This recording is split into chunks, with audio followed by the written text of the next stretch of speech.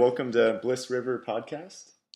And Thank you very much. we're here with Gareth Graff, and my name is Matthew Blackburn. He has a YouTube channel. He has a website also, www.garethgraff.com. He's very talented. He's interested in technology, science, herbalism, success, motivation, health, just education in general. Gareth, what got you started on this whole journey? Can you kind of just give us some background on maybe your childhood, what led up to this moment? Well, I had a really unique childhood. I was basically allowed to do more or less anything that I wanted, and so I just studied whatever I wanted. I studied fairly advanced physics when I was very young, like 8 years old or so. I studied nature and herbalism at an early age. I studied the workings of the universe throughout all my life and looked at various different theories of that. I really have gotten into a lot of the amazing principles that David Wolfe has discovered, especially in the last 5 years or so. And what got me into this this whole process is essentially the fact that I want to return a certain sense of magic. So what I would like to be able to do, what I want to do for myself and others around me, is I want to return them to a state of natural magic, which is to recognize that the world is not some kind of machine wound up and set in motion according to the laws of Newtonian mechanics, but it instead is an unsolved and impossible to solve riddle that we all just get to experience and can perhaps transcend, as some people were able to do or claim to be able to do, such as Tesla, Walter Russell, Victor Schauberger. And that type of natural magic is the feeling that you feel when you step outside on a cool, misty evening and look at the setting sun and recognize that nobody really knows truly how the sun works at all. And you can look at this thing in the sky that is really a free energy device that contains within itself the processes which create the building blocks for the universe, and see the origins of all the matter in your own body. It is a magical and fantastic state of being that we were all in, or that our ancestors, that is, were all in the past. And today we have left this state of mind because we have been essentially forced into a materialistic, modernized, compressed, stagnant mindset, which only leads us to repetitive, absurd, and meaningless thoughts about the world, which are disconnected from what Terence McKenna, who you may know, who is a great orator, called the Gaian mind, or the collective intelligence of the universe. So my basic goal is to help people reconnect to the Gaian mind, reconnect to the magic and mystery of the universe, and be able to change things for the better for themselves using technologies that are based upon nature instead of ideas that are wrongly invented by humanity to try to conform nature to something that it is not. So that's essentially the story of why I got going on everything that I'm into. Awesome. Yeah, I guess because nature is so sustainable, right? But if we just try to reflect nature, then technology, like implosion, spin-based technologies, right? Absolutely. A primary example of where our technology falls short is the internal combustion engine.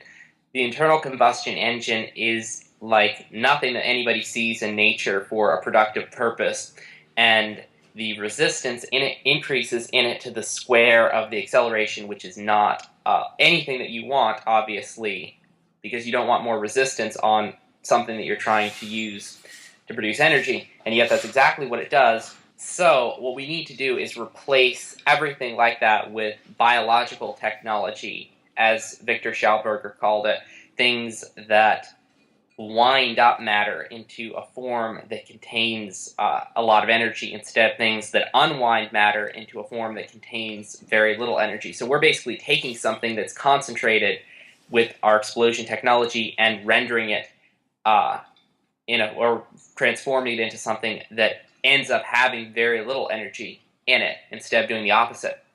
Interesting. Have you heard of Nassim Haramein? Have you looked into I his work? have. What do you think about him and his work? My perfectly honest opinion is that there are a lot of issues with it, in my humble opinion. Um, just to be perfectly honest, I think that it is too heavily. I mean, don't get me wrong. There are things that he says that are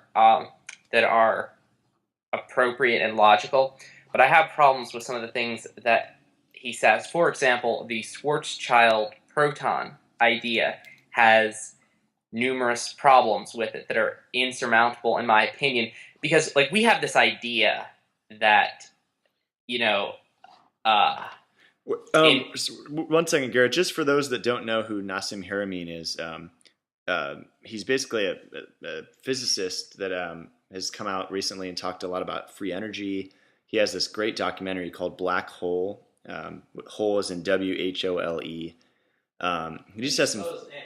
It's Nassim, Haramein, Haramein, and just for anybody interested in this subject, he's fascinating to look into. But yeah, sorry, Gareth, for interrupting. I just wanted to, for anyone that doesn't know who he is. Oh, definitely. So David Wolf has mentioned him in a positive light. Basically, the problem, there are a couple of sort of issues that there are to somebody who is a normal academic scientist. There are some issues that you see with the Schwarzschild proton, which is basically a black hole that is alleged to be the actual physical proton in an atom, which thereby would combine all the known forces, because of course the black hole would cause the atom to hold together as it does. The problem with all this stuff is that there's some type of truth to it. In Newtonian physics, there is a point at the exact center of all matter, all objects, that can be treated as if it contained all the mass in the object. And that's a pretty interesting thing. There are reasons, logical and or some mystical, why that is, that different people point out. But the fact of the matter is that according to Walt Russell, that point is actually a point of white light, of the Interesting. creator's white light, which it sounds crazy and mystical, but if you study his version of science, that point of white light could be possibly construed as a singularity. And it could be construed as being the same thing that is in the center of a galaxy. However, the problem is that singularities don't stand up mathematically as being able to really work out very well, in a way of like, you can't you could divide by zero, but there are a lot of problems that mathematicians undergo when they try to divide by zero, and these problems are just, you can't easily get around them from everything that I've seen, and those types of problems occur with singularity. So a singularity is either a point or the circumference of a circle, and in these theories, and it usually has mass put onto it. Right. And Right. and those types of ideas could be construed again as being representative of the fact that, in my mind, there is a point of light in the center of a galaxy, a point of white light that would be seen as black if you looked at it, and there is one in the center of every atom, in the center of everything, balancing it from within, as well as cubes of the same light balancing it from without. But as for actual black holes as presented in general relativity, I believe highly that they don't exist. Einstein himself said that he did not believe in them, and he did not believe in physical singularities. And Hey, general Gareth, relativity has huge problems with it in of itself, and huge contradictions. what's your One of the what's your oh, sorry, what's that? what's your definition of singularity? I was just curious. Like, My definition of singularity is a point in which a mathematical equation is not defined, aka the division by zero, which is oh, okay, okay. And we just had another question. Do you ever see like free energy going mainstream? like comparable to Tesla's popularity? Um, like, and if so, when? Oh, definitely. I'm sorry, by the way, if I went on too long about that whole other thing. No, that's okay. We're just trying to that's fascinating stuff. You're doing, yeah, it's great. You just have so much we want to talk to you about. Yeah. Oh, phenomenal. So, so the free energy thing. Well, if I can finish up with the last thing about Nassim, just to make it so it has an ending to it when you edit it. Yeah. So anyway, the thing is that the thing is a mathematician named Steve Crothers. How do you spell that? Steve Crothers. Crothers is spelled Crothers.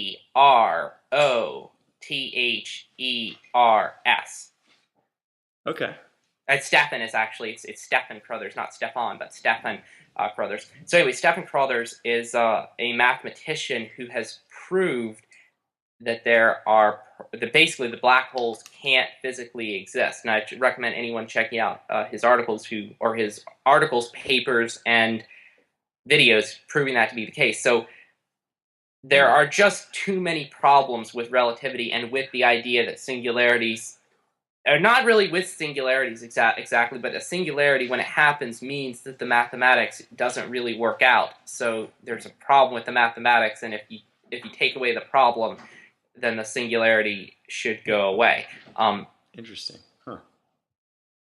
So, at any rate, my honest opinion about Nassim is that it's like a lot of things. I think that it's not in the league that Tesla was in, where it's really going to happen, because it's too much sort of moved into the realm of New Age sort of vagueness and out of like something that is truly workable where we are. So that's my take on it. And then back to the other question: do I think that free energy is ever going to get back to where Tesla was? And I absolutely think 100% for certain that we're all going to use free energy all the time in the future. And we know this simply because the universe works on free energy. And so, as Tesla said, humanity will at some point in the future be able to tap into an energy source that is obtainable at any point in the universe. So that's my take on the whole thing.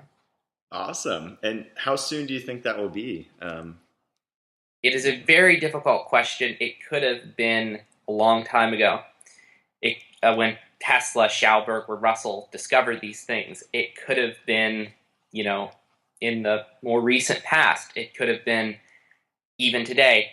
I think that with the internet and with work being done by yourself, people like me, on and on and on, at some point it will get out and people are going to start replicating it. The thing is, everybody tells us that you can't reverse heart disease, for example. And yet we know for a fact that you can reverse heart disease. It's not debatable. So people tell you, all the scientists will tell you, you can't break the second law of thermodynamics.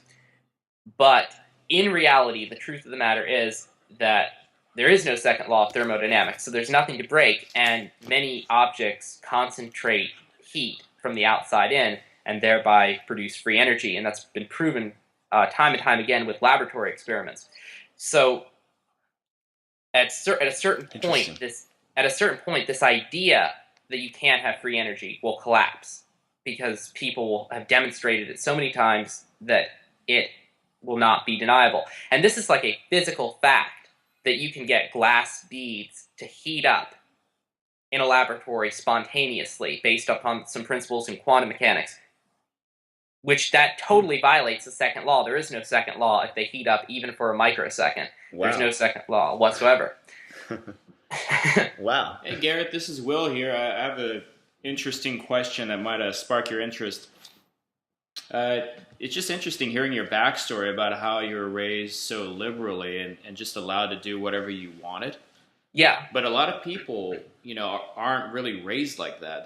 They aren't as raised as free as you were. So how do we delete our limited programming that keeps us from our own unlimited polymath consciousness? I think everybody wants to get to a state where they can believe that anything is possible and not having these limiting subconscious patterns just kind of controlling their life in every way. So what would be your strategy of just getting people to that state of freedom? Thank you so much. That's a really fantastic question. Well, the truth of the matter is that I am absolutely just a person. There's nothing special about me more than anyone else, and the reason that I am the way that I am, that I can do what I want to do, that I have hope the way that I do, that I see the world in the way that I do, is simply because I always approach any situation as if there is the potential to improve. And so if you have that in your mind, even if you have bad days, I certainly have bad days and problems and everything else, but if you approach every problem like there simply is a way to do things, then that's what's going to happen. And it's a skill to train yourself to be in that state of mind. It takes time. Thomas Edison was, of course, the nemesis of Nikola Tesla, but he was a great enemy of Nikola Tesla. But he stated that if you have exhausted all options, this is paraphrasing, but if you've tried everything, your next course of action should be to try something new. If you take on that attitude for everything in life, then if you're trying to do something that is really in alignment with your purpose, you're going to see that it happens beyond your wildest dreams. Mm-hmm. And then that recognition that it did in fact happen will allow you to see it can happen again and again and again, and you'll get into a state where you are constantly manifesting things that most people couldn't even dream of, or things that most people have never even dreamed of.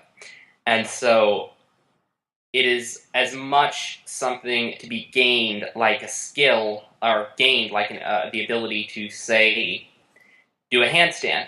And so is that a conscious thing, or, I mean, are you a proponent of affirmations? Do you analyze your beliefs, that the law of attraction? Do you surround your environment with things that affirm this mentality of having this problem-solving solution mindset? How does a person who knows that they're extremely negative, they know they have to change in order to manifest their life's desires, how do they switch into that state of mind that you're talking about? Because a lot of people just can't even start getting into the mindset of, looking at their life as even a problem that can be solved. People just are so negative and under the mud, so to speak. So what would be your solution for them to just put one foot forward and start changing their life from the basic building blocks of their mind? I know for a fact that everyone, no matter what condition they're in, can get where they want to go. No matter what it is, they can do it. And what somebody needs to do if they want to change is take any action whatsoever that makes them start to feel better in the long run. Let's say somebody is overweight, sick, fat, wrung out. They don't think there's any hope. If they just eat an apple every day, that's going to start to shift something. If they just walk around the block a little bit, that's going to start to shift something. So do something, anything at all, that starts to move you in the right direction, even if it hurts. That's been the issue with me, and I think Matt also. I think a lot of people, especially more consciously evolved and aware people, try to do so much at once that once we make just a few mistakes here and there, that we just want to abort mission, and we don't want to just start doing one little thing every day, thinking that that's going to do. We try to do 100 of the big things, and I guess that a lot of overwhelmment limits people that are just trying to make big life changes, but kind of just tucker out and tire out before anything is really changed. That is a fantastic point. I'll give you this interesting thing, or this interesting point, and then I can touch also on the affirmations and everything. What so many people don't recognize at all is the fact that when you're trying to succeed, if you botch things up, if you don't have success, then really you've just broken a few simple rules. So think about the rules of mathematics. There are a few simple rules, a number of things that you have to memorize, and then you have access to the entire world of mathematics to be able to design things or whatever you want to do with them, measure things or study the measurement of things. It's the same with life. If you don't have success at what you're doing, it is almost always either just tweaking a fate where it just isn't happening at that point and you can do it again later and it'll work out, or more likely it's because you haven't planned properly, some mistake has occurred, something's went wrong, and instead of doing all this work to try to make it happen, to try to do this and do that and do the other thing, what you got to do is go back in to your heart and to your mind and body and think to yourself, how is it I can accomplish more with less effort? How can I do something that is really small that will put out ripples and generate a big result? How do you think we connect with our heart? What strategies do you use for that, like to connect with your core being? Okay, definitely. It's pretty simple. I can't say I'm the most connected to my heart of anybody in the world. A lot of people complain that I'm overly logical and philosophical, but the way that you would do it is to sit quietly alone in the darkness and remove any thoughts from your mind as best as you can, and in particular, breathe. And as you're breathing out, literally, you can feel easily the fact that when you breathe out, you are letting go of thoughts that are stagnant. And if you do that for a while, what you'll start to feel is that your body will recognize to some extent what the right choice is. Your nervous system will recognize what the right choice is. And as for affirmations, if I didn't already say it, affirmations are fantastic. They're one of the most important things in the world. I do tons of affirmations all the time, and I kind of have a very unique way. My mind works in a unique way, so I don't even have to write these things down, but I do loads of affirmations all day long, and the way that they really work is to train you to act like a successful person. So think like a successful person, or thinking like a successful person is the best affirmation. There is nothing better as an affirmation than thinking, if I was in the position of, say, whatever it's going to be, let's say it's a master painter, how would I act? If I was, say, a Olympic gymnast, not both those things I don't know if I really want to be, but if I was an Olympic gymnast, how would I work out? And from that standpoint, you can move forward with every action directing you as if you were in the position that you want to be, and that will yield you a way different result. As Walter Russell would have said, mediocrity is self-inflicted, genius is self-bestowed. And that was like one of his great quotes. Awesome. Yeah, I read a David Wolfe book. It was called Amazing Grace. Yeah, I love that book. Yeah, it was great. And he actually talked about making a text file on your computer, literally, and just listing off all the affirmations, or as if you already have them. And then all you have to do is just imagine that text file, and all of those affirmations are activated. So it's like an efficient way. Have you heard of that, or do you remember that part? Oh, definitely. I've done that before, for sure. I've done that for people I've known. That's Wow. a fantastic way to do it. There are numerous ways. I would do it with my own handwriting for other people, but the people don't like my handwriting, so I do it with the computer instead.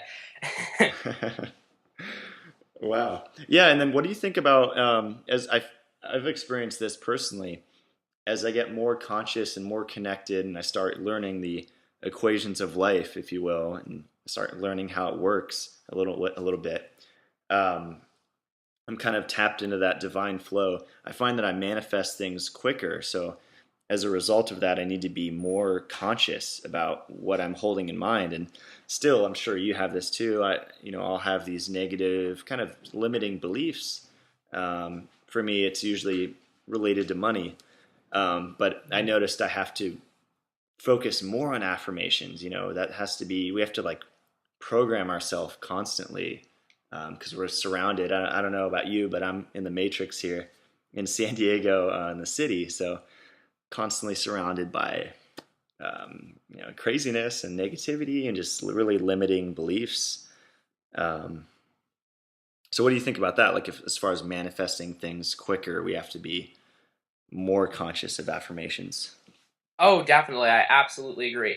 There are two important points. One is that a person with power, mentally and psychologically and physically, is way more dangerous to themselves than a person who's weak and stuck and worn down. Because a person with mental abilities can build a nuclear bomb, and then you have a problem.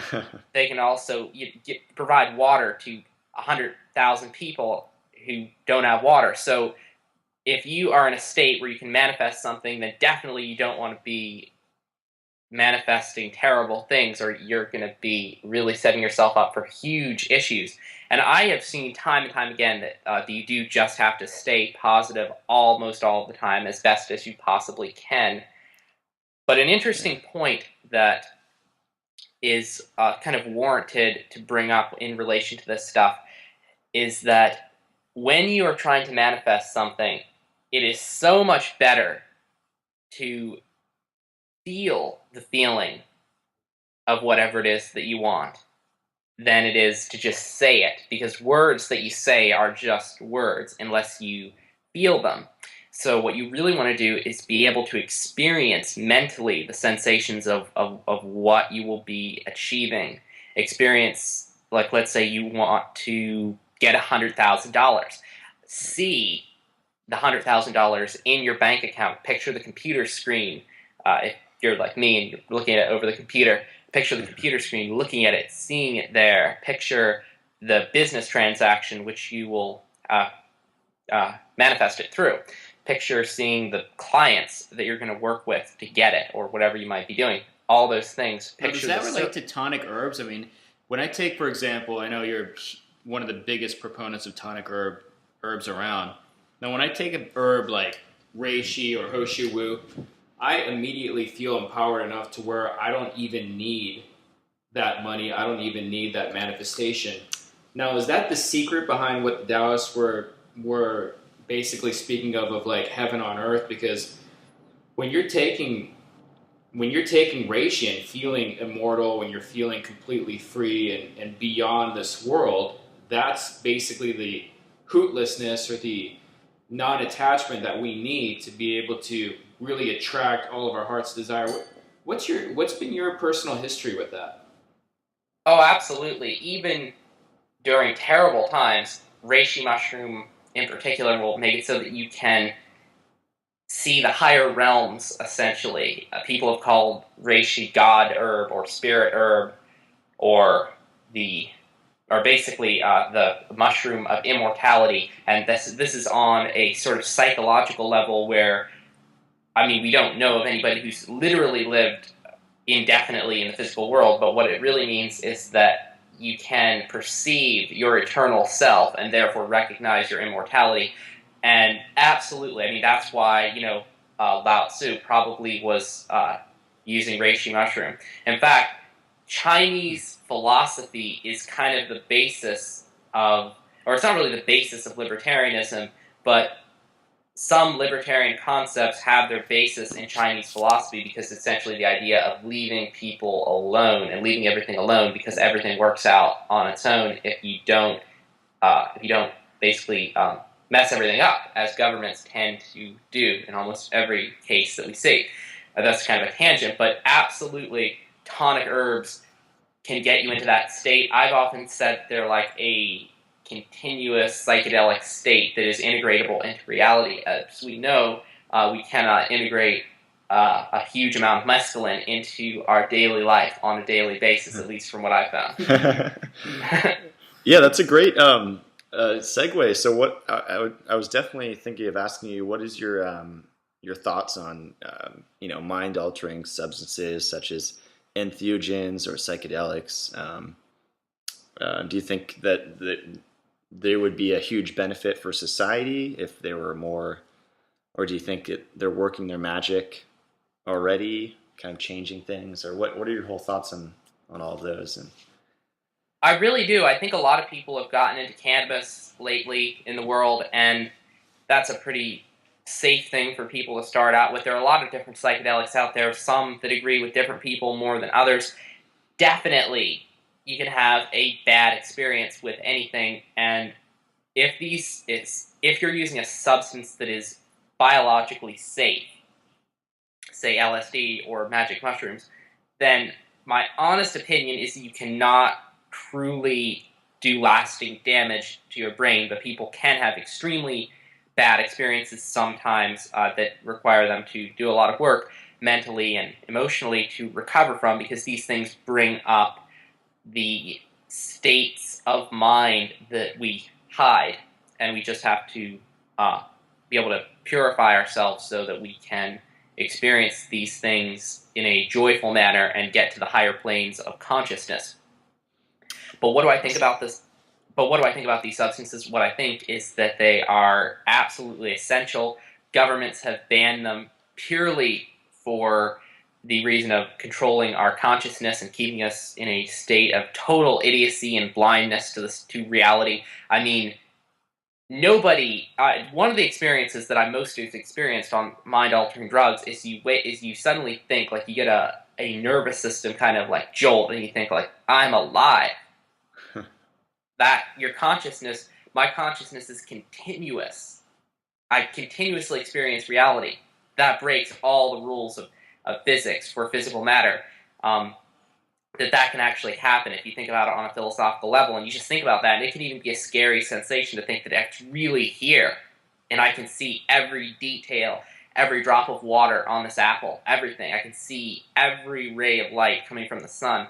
And that's just the kind of experience that a lot of people probably should have. It's not the right thing for everybody at every time, but I think that if everybody tried it once, the world would be so different and so much better, because we'd recognize the impermanence of the physical world and recognize the fact that what we really have come here to do is to bring light into the world in the form of manifesting joy and love and happiness and success for all of our brothers and sisters.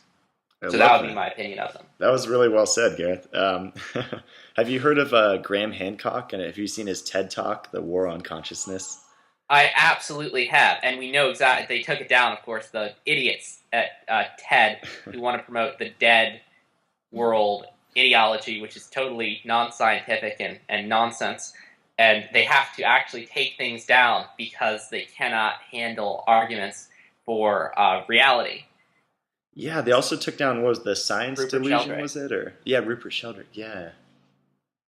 They have to do it. They're totally losing. They cannot. They have to deny that consciousness exists. Idiots like Daniel Dennett have to deny that consciousness exists, and he has the gall to claim that he is an empiricist, when in reality you can't be an empiricist if you deny something that everybody experiences, and there's no such thing as an illusion without consciousness, because an illusion is a perception that is wrong, and you can't have a perception without consciousness. So consciousness exists; it's a fact. It's pretty much. There's no chance really that it should, or there's very little chance, should I say, that it's just a property of the brain. And it seems as if it could very well persist after the body dies, in my opinion. And so all those things destroy materialism as it stands. But if you're into science, then you should be okay with that, because you have to just accept what the evidence points to. Yeah, I resonate with the idea that our brain's kind of like a receiver transmitter, as Graham says, and consciousness is always there, like a radio wave, or and we can just tune our brains to different stations, and we just tune into these different layers of reality. Oh, absolutely. That's the way that it seemed to work, more or less. And I'm really a big fan of Graham Hancock, and also of Rupert Sheldrake. Rupert Sheldrake is very brilliant and always has good things to say, in my opinion. Awesome. Just a little off-the-wall question. Have you ever heard of like tachyon energy, or looked into that? I have looked into it a little bit. It seems, let me see what it seems like. It seems a little bit lacking in empirical evidence. Or it does. I'm not saying it doesn't work, but it just seems like I would have to see really good evidence to get behind something as working for sure. But I do know a little bit about it, and it seems the explanations for it seem a little bit unusual, but I don't know. Yeah, it was just really interesting. I'd say actually 3 or 4 years ago, I went to this health expo, and they had a little booth, and I just bought these little wristbands, and I actually felt something because I'm pretty sensitive to subtle energies, and I look into it more, and I guess Gabriel Cousins promotes it, and I ended up doing a couple experiments, and I did this one with 2 grapes where they were picked from the same vine, organic grapes, and I put one on this silica disc. It was a silica disc that went through this 14-day process in this machine that they built that tachyonizes objects, supposedly. So it turns them into an antenna, basically, for tachyon energy. And I put a grape on top of that disc and one off of it, and the one that was on the disc lasted. It was still plump, it was still green, didn't even have that black on where it was picked, and the other one was completely shriveled. It had a black hole where I picked it. It was just really interesting. What is tachyonization, just for the audience at home? Yeah, I mean, well, tachyons are theoretical, supposedly, faster than light particles, and I guess they see, it's even beyond me to try to. It's a pretty in-depth thing, but pretty much they structure physical reality. So it's kind of like the mold before it's molded. It's like the material that's molded. So it actually provides like the perfect structure. Like Plato used to call there was a world of perfect forms, and everything condenses out of that. Have you heard of that, Gareth? Like I absolutely have. That relates to Walter Russell. So let me see if I can describe sort of my opinions on the whole thing. So yeah. So there we have. So we have evidence that I would trust, at least as saying that, I believe you, and it sounds like something works. So there's nothing that prevents it from working. The explanation seems fairly different from the sort of conventional scientific definition of tachyons, but it does seem to relate to Walter. So people rename things also when they're when you have new ideas. Right. But Walter Russell described the exact similar thing as, say, the Platonic universe, or the structures that create our universe, and so did the geometry expert Frank Chester, and that's basically the idea that the physical world is constructed out of the creator's mental world, which is these planes and cubes and other geometric structures made out of the creator's light, and everything permanently radiates from that light, and the radiation from that light is the physical world. So theoretically, the tachyon products would be some structures or particles in the mind world that would affect the reality. And yeah, that definitely seems to be the case. Some people have a different way of describing this idea. Rupert Sheldrake calls it morphic resonance, and in that idea of the world, morphic resonance is essentially the concept that matter, such as life or objects, are structured by some type of field which works habitually, meaning that it sort of represents past habits in the future. So that's basically the way that I would look at this tachyon thing, if that is the correct description of it, kind of is that it is another example of what Walter Russell is talking about. But I don't really have the qualification to talk on the tachyon thing, because I don't know a lot about the theory of tachyons in conventional science, and it seems different than this theory, and both theories I'm not that up on, but definitely. Okay. Yeah. And then speaking of structure, I definitely wanted to talk about water. Lately, actually the other day, I bought a coupler at the hardware store, and I connected 2 5 gallons, and I've been vortexing my spring water. And I was hoping you could kind of go into spring water and vortexing it and the benefits of all of that. And oh, definitely.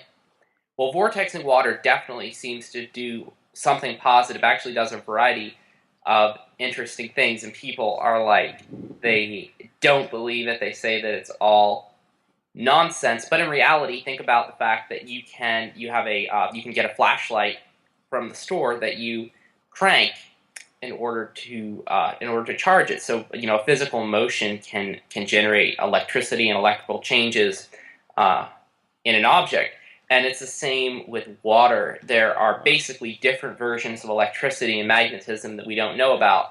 in conventional science that get stimulated when you vortex water, and they tend to be more formative if you're vortexing it than if you did something else to it, like shaking it around and banging your water jug against the car. So if you vortex your water, what's going to happen is that you will build up, if everything's going good, you'll probably build up concentrations of what Victor Schauberger called ethericities, and what I'm going to call, for the purposes of this audio, vacuum energies. You build them up in the water, and then it has a different health effect than it would have without them. Wow, interesting. That I've never heard that take on it. That's great. Oh, thank you. And Yeah. they structure, just in case you want to know, like about structuring and everything else, basically they translate over into electricity and magnetism and other things which structure and organize the water molecules as you hear about. So that's basically my take on that. Okay, awesome. Yeah, so what's your diet like, or what? I know you were raised vegan, right? Yes. It's such an interesting thing that I can tell you about as far as veganism and being raised vegan and everything else. Very interesting. So my current diet is vegan. It is really heavy on superfoods and super herbs and some cooked food and some vegetable juice and some salad and just a wide range of foods. But it is a vegan diet. I don't stick rigidly to the fact that I have to stay on that diet forever. Just is what I happen to do at the moment. And the basic crux of it for me is that I wouldn't be opposed to eating animal food. I wouldn't be opposed to eating animal foods if they were collected in a way that did no harm to the animal. I just don't want to kill anything that is similar to me based upon my code of moral ethics and sort of be in that whole game. Although if people do that, I literally think it's perfectly fine, because it is a natural process in nature as long as they do it respectfully, just as the Native Americans, for example, did it. But the fact of the matter is that I've seen so many things in veganism. I've seen the fact that people can reverse heart disease with it, and I've seen the fact that it has benefits that have cleansed people out and helped them lose weight. I've also seen that vegans get cancer. I know of a guy who is a vegan. He was a vegan for years and years and years. He was even into some herbs and wild foods, and although he ate kind of more of a standard vegan diet, and he got cancer. I've known of vegans who have been fairly young, like in their 30s, who have gotten heart disease with low cholesterol. So I see through what is really kind of a myth that just if you eat only plants, you're going to be healthier. It seems to me that you're going to be thinner, but I don't see conclusive evidence that you're going to be truly healthier. But I do think that if you eat mostly meat, or a really high amount of meat all the time, that chances are you'll have problems, more so even than if you were a vegan.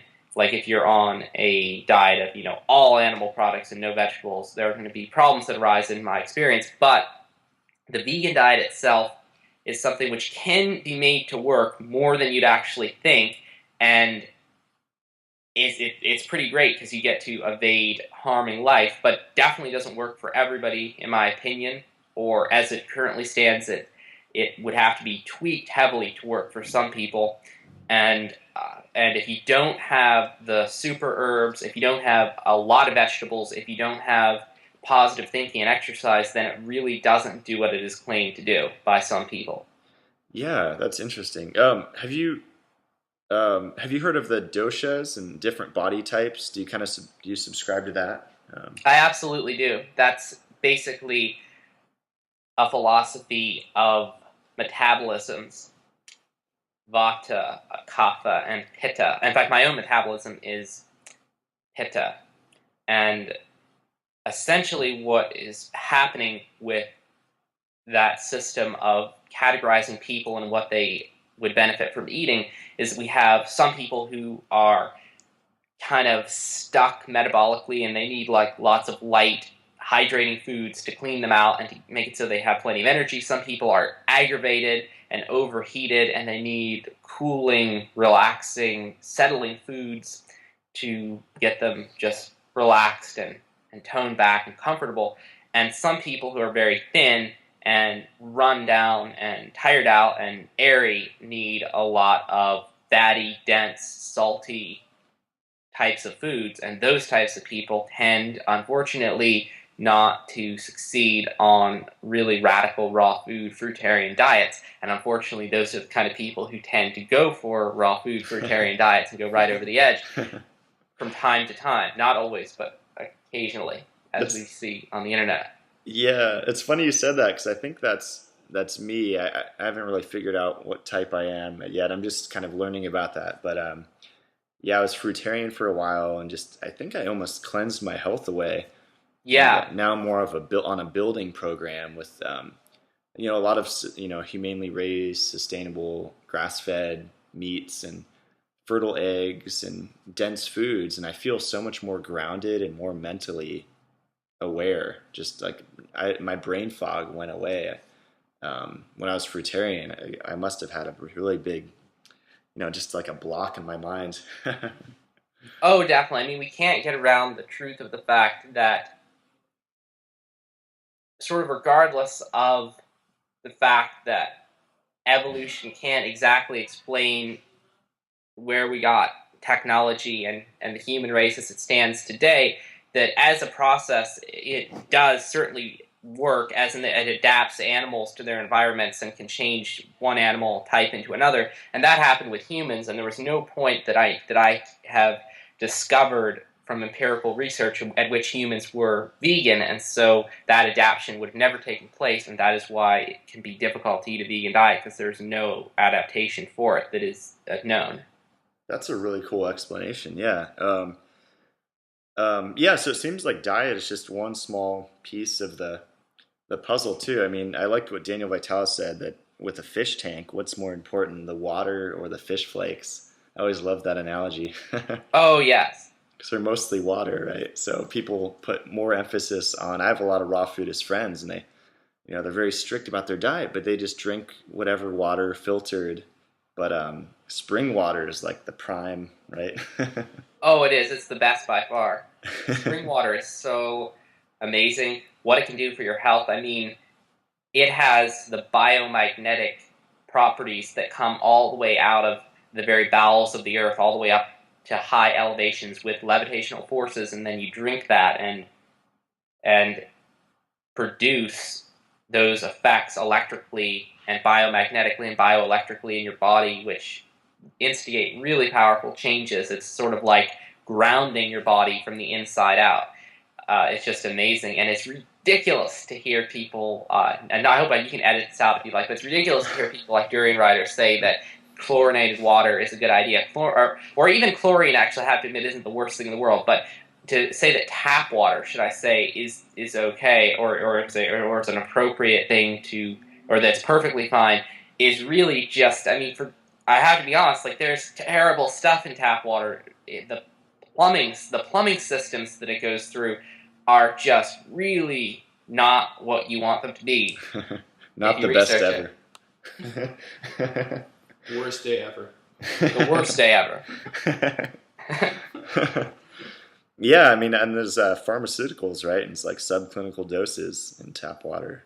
Yeah, and nobody knows. God, thank God I'm not drinking that stuff, and nobody knows what all those pharmaceuticals do. Now, granted, there's not like a lot, but over a lifetime, nobody has any idea whatsoever what they will do at all. Wow. Yeah. So if it's okay, like, is it okay to just we're going to ask you a bunch of questions, just kind of like bullet through them? Oh, definitely, bullet away. Awesome. Okay, they're just kind of random things. What are your strategies to detox estrogen from the body? Okay, very simply, it would be cruciferous vegetables. They're very effective, and they raise sex drive and any sulfur-containing foods. So what that would look like, and unfortunately, lovely girls don't tend to like people who smell like garlic, but nonetheless, garlic eaten in huge quantities will make you horny and decrease estrogen, and so will broccoli, kale, cauliflower, all these things, and especially maca. So you have maca, cauliflower, kale, all the different cruciferous vegetables, garlic if you want it, and plenty of hydration, exercise, and sweating, and enough fiber, and you probably are going to do okay. Okay. I don't know if you've heard of Robert Cassar. I have. I'm really into his stuff. Awesome. Yeah, he talks a lot. I've seen him speak 4 times, and he's really against white onions, green onions, and garlic. And his reasoning is I guess they all have this compound that you can't have in your bloodstream if you're a pilot, right, flying faster than air. Well, I mean, that's true. It's not a tonic herb, and so I don't take it every day. It probably does slow you down a little bit, but realistically, I mean, people have eaten it for centuries, and it has proven medical benefits. So, I mean, I wouldn't want to be smoking marijuana when I'm flying a plane that goes faster than the speed of sound. But that doesn't mean that nobody should smoke marijuana. It just means that, like, there's a time and place for everything. And so, if you're going to be doing something really radical, or you want to have your mind in a specific state, then you don't want garlic. But if you're trying to cleanse out estrogen and you're sick and fat and overweight and have like a case of herpes or something, then garlic is just the right thing, in my opinion, from what I've seen from different people. Awesome. Yeah, I like that approach. Have you ever heard of primal scream therapy? I have not heard of it, but I think I know what it is. Is it screaming as a therapeutic process? Yes. Yeah, just to release trapped emotions. It's actually popularized by John Lennon. I have never heard of that. It's very interesting that it's popularized really interesting by John stuff. Lennon. So actually how Matt and I have been applying it is if you have a car, it makes it a lot easier. You live in a wilderness, right? Where you're just like, yes, I do. Okay, so that's probably best, where you just pretty much welcome, any unwanted emotions, and you basically express it as primarily as possible. And a lot of times that means screaming, or like just punching something, or a lot of these emotional release techniques, like the Sedona method. I don't know if you're familiar with that, or like tapping. A lot of these techniques are very intellectual and like brain based, but the primal therapy, the screaming therapy, calls for you to just really get into your body and express yourself in a very visceral. Yeah, very visceral way. It's fascinating stuff. Oh, definitely. I think that people don't even admit to like the fact that they want to do things like that, but like everybody really does want to scream and like release those emotions. And I have definitely done that before, and other similar things. And people also really like want to get into fights and or like express emotions in various different ways, or punch objects, especially guys and or the kind of girls that I'm into probably want to do that from time to time. And I think that is very natural, and people have been cut off from being able to scream in our domesticated society. And so I think that technology, although I have not researched that version of it. It's actually a rumor that Angelina Jolie does it in swimming pools. Oh, good. Underwater. That'd be a cool sight. Okay. How about what do you think about pornography? I know they've done a lot of studies recently that found that it reduces gray matter in the brain and just harms, causes a lot of like erectile dysfunction and stuff. And so, what do you think about it? Ways to maybe stay off of it, or I would assume it drains chi, right? If you're watching. That's very correct. I'll tell you my whole take on the whole thing. So, what is the deal with pornography? Well, there are a wide variety of ways to look at it.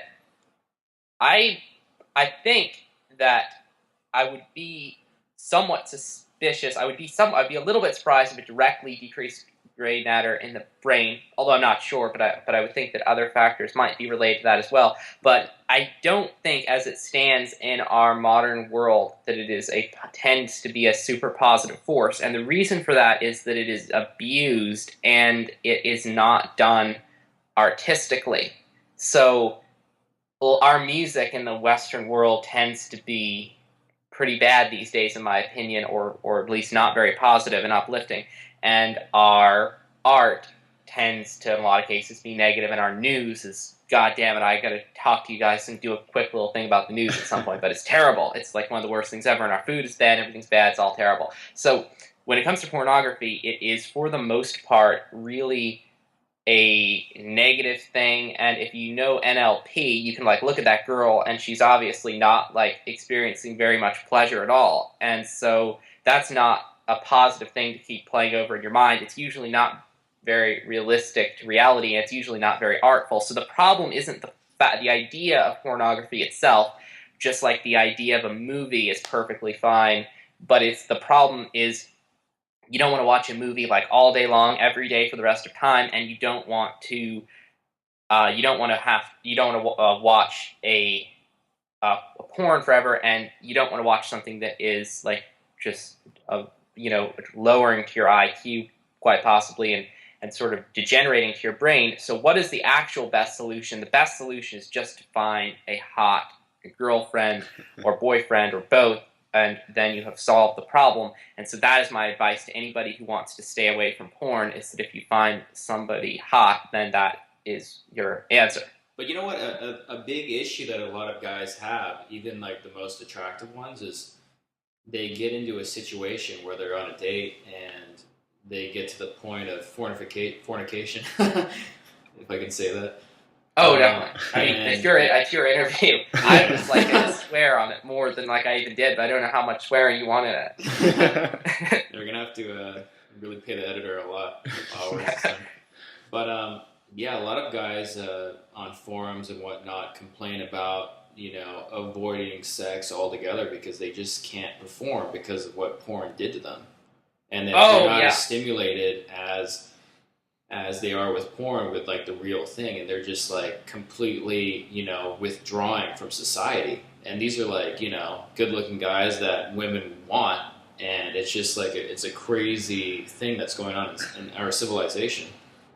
Well, there are two factors, and this also gets me to another point I want to bring up about sexuality as well. But porn, as it stands, is something that even if somebody watches it, they should like have a break from it for like a month or so or more, and to cleanse their mind and get in, and maybe have a computer as well if they possibly can, although most people can't do that. Even myself, I can't get away from a computer for a long time because that's where my work is located at. So men are definitely having that problem. The real cause of it is probably just low testosterone, in my perfectly honest opinion, because no matter what happens to me, that's not going to likely be a problem for me as long as the girl I'm with is good looking and a cool, mentally stimulating person. And so it's essentially, I would say, the actual real biggest problem with that is low testosterone. Now, could the low testosterone be caused by the porn? And I would say that it probably could. But if you take somebody who's doing everything perfectly, they could probably still watch as much porn as is reasonable and have a high level of testosterone. So what the actual crux of the issue, in my opinion, is ejaculation. Ejaculating very often will deplete minerals, which are the basis of your hormones, such as zinc. So what can you do to get around this is that you simply don't ejaculate too often, but you can still have an orgasm, and that is something that the Taoists worked out, and you can read about it on the internet. I might write an article about it someday.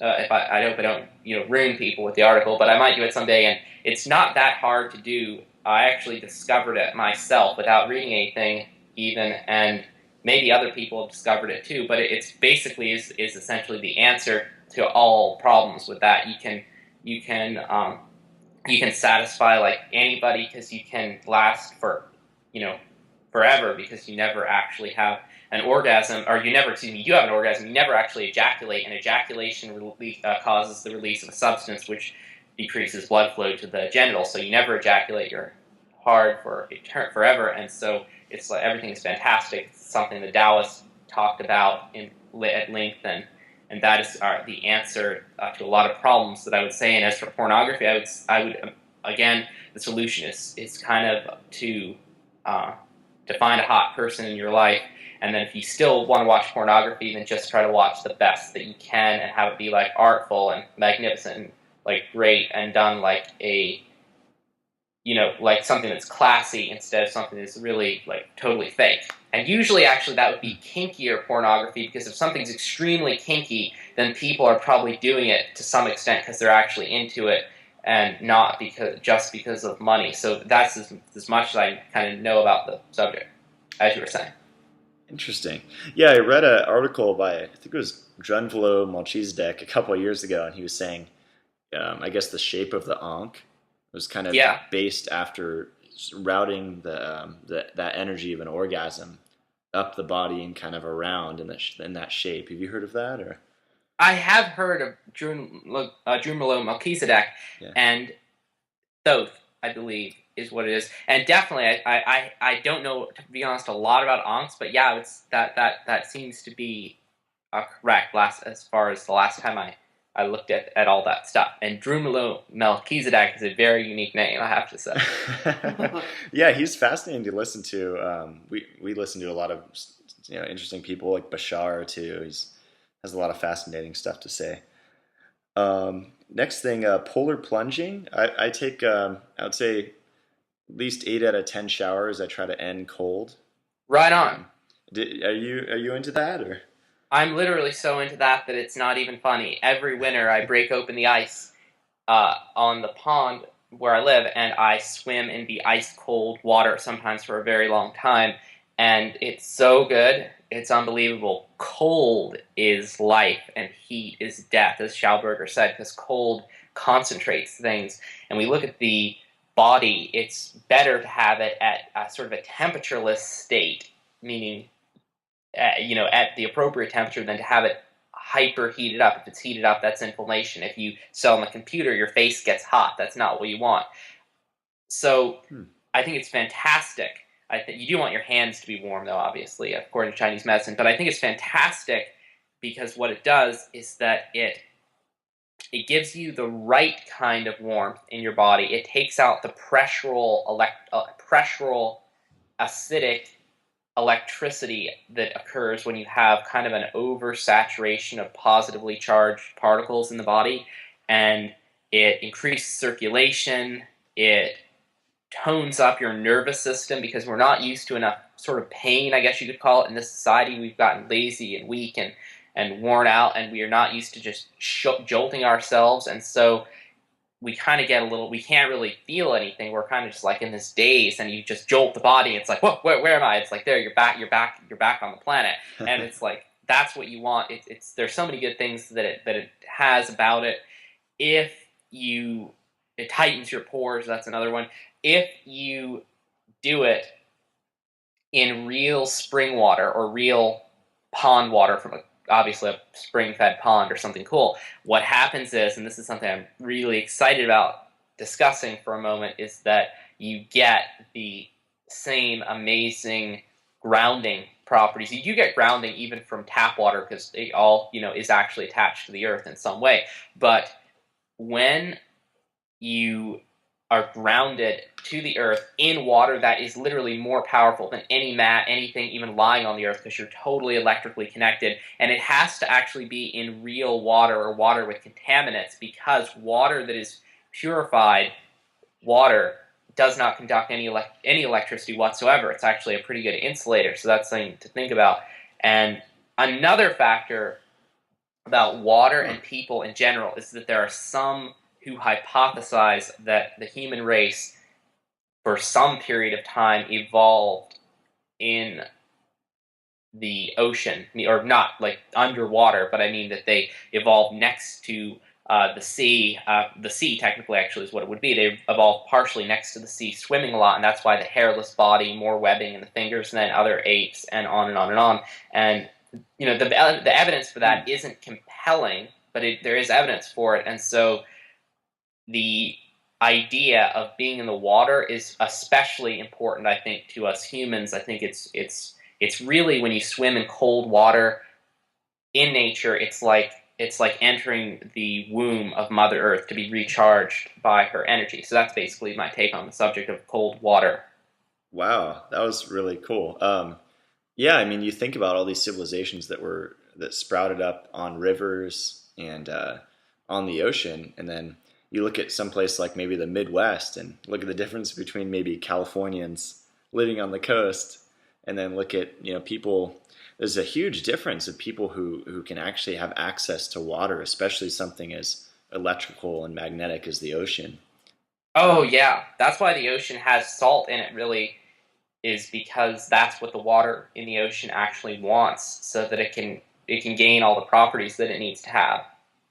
Wow, it's really cool. Okay, what is the worst food that a person can have? That is a really unique question. Well, the truth is, the worst thing that somebody could have from a physics perspective is something contaminated with plutonium Mm. or radioactive cesium or even thorium and on down the list. I mean, there are a lot of things that are let's that are say pretty let's bad. say a supermarket, I guess. Yeah, like a Vons or something. Or So a food that people actually eat, assuming that the truth of the matter is that Fukushima, even though it's very bad for the people there, and you don't want to eat fish or something from there, that our body can actually tolerate a fair amount of radiation. So you don't have to be as freaked out as some people would claim that like we're going to have to genetically modify all the plants because of the radiation. It's just like nonsense because the sun is producing tons of radiation and it doesn't bother the plants and anything that is even pretty strong is actually reasonable for most plants to grow under because we have had solar flares and all kinds of things that plants had to be able to adapt to. But I mean, the sun is like a nuclear bomb going off billions of times a second, and that itself is radiation. But is that a similar form of radiation, or is that more of a? the sun is different. Well, I'll explain it as best as I can, and then get back to the other part of the question. So the sun, nobody knows 100% for sure how the sun really works. There are lots of models. Some people have even proposed models where the sun is cold instead of hot, and it actually works like a superconductor. But whatever way that it works, what we know is that it is different from a radioactive, say, uranium atom in one way. Is that you get lots of things from the sun. You get all kinds of particles, many different types of particles, much more energetic particles that can be produced in the most powerful particle accelerators in the world. You get all kinds of you get a huge big spectrum of light that is particularly balanced in a certain way, and one of the things that you get is gamma radiation. So you go from big huge light waves like radio all the way up to visible light starting somewhere around infrared, and then you go all the way up to violet, ultraviolet. So think violet, ultraviolet, ultraviolet, suntan, that whole thing. Then you go to X-rays, which is another type of light. Then you go to gamma radiation, and you can keep going for a very long time. I believe they have another name for it after it gets to a certain kind of point with gamma. Basically, gamma is like very, very intense, very, very burning light that is emitted from powerfully energetically reacting objects. There are other forms of radiation that are common, and one of them is alpha. Alpha is helium nuclei, and that actually gets deflected by the skin for the most part, so you don't have to worry about it touching you. But if you eat it, it can kind of destroy your mucous membranes and rip through your cells because it basically robs electrons from you because it doesn't have an electron, and so it has to get it from somewhere. It's hungry for electrons, and that's the ultimate free radical. And then you have beta radiation. So you have gamma, which is intense light, alpha, which is helium nuclei, second simplest atom in the world, and then you have beta, which is free electrons. And free electrons are not really what you want to be having all over the place because they just kind of aggravate everything to some extent. And the sun produces all of those in a different ratio from certainly what you would get in an atom of radioactive material.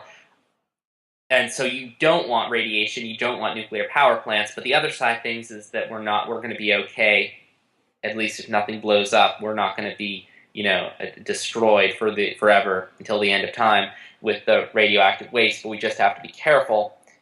And that gets us back to the original question, which was, what is the worst thing that you can eat in a grocery store? Because obviously people aren't eating food that is contaminated with massive amounts of plutonium or other radioactive elements, polonium, all the way down the list.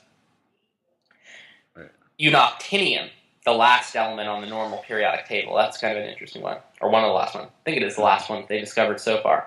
So, what is the worst food you can eat in a conventional store? Probably margarine. Margarine's not a good thing. Yeah, you're better. I mean, butter is like a superfood, right? And then margarine. That's right. It is. We can't lie with the whole vegan thing. Yes, butter is. I would highly recommend that unless it's really any way that's raised is not 100% humane, and unless you do it yourself or truly with a farmer who's really doing it right. So I have to say that like butter from a store is definitely not humane, like that you get at like Walmart or someplace. Right. But from the standpoint of nutrition, it is very, very nutritious. Awesome. All right. Yeah, I think we're going to wrap it up, but just to close this off, if you were to tell people in maybe 30 seconds about your philosophy of having the best day ever and how they can go about doing that, what would you say? Oh, definitely. And I hope I didn't take up your time too much with too many diversions. But not at all. what is my philosophy for having the best day ever? Well, it's pretty simple.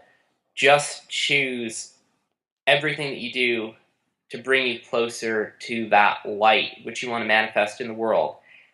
And from there, you can just move from one thing to the next, moving ever closer to magic with every step.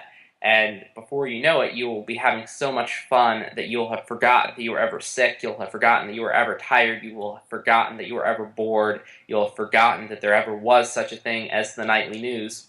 And you will be in a state of total bliss and ecstasy, especially if you're taking in some of the great herbs that exist in this world.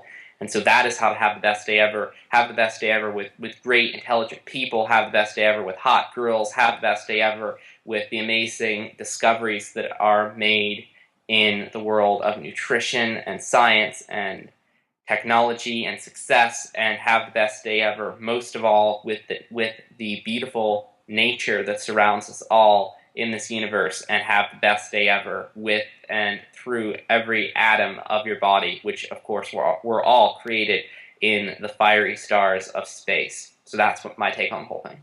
Wow. That's how to have the best day ever. Wow, that was great. All right, well, thanks everyone for listening. This was Bliss River, and we were here with the very articulate Gareth Graff. That was really entertaining. And yeah, have the best day ever.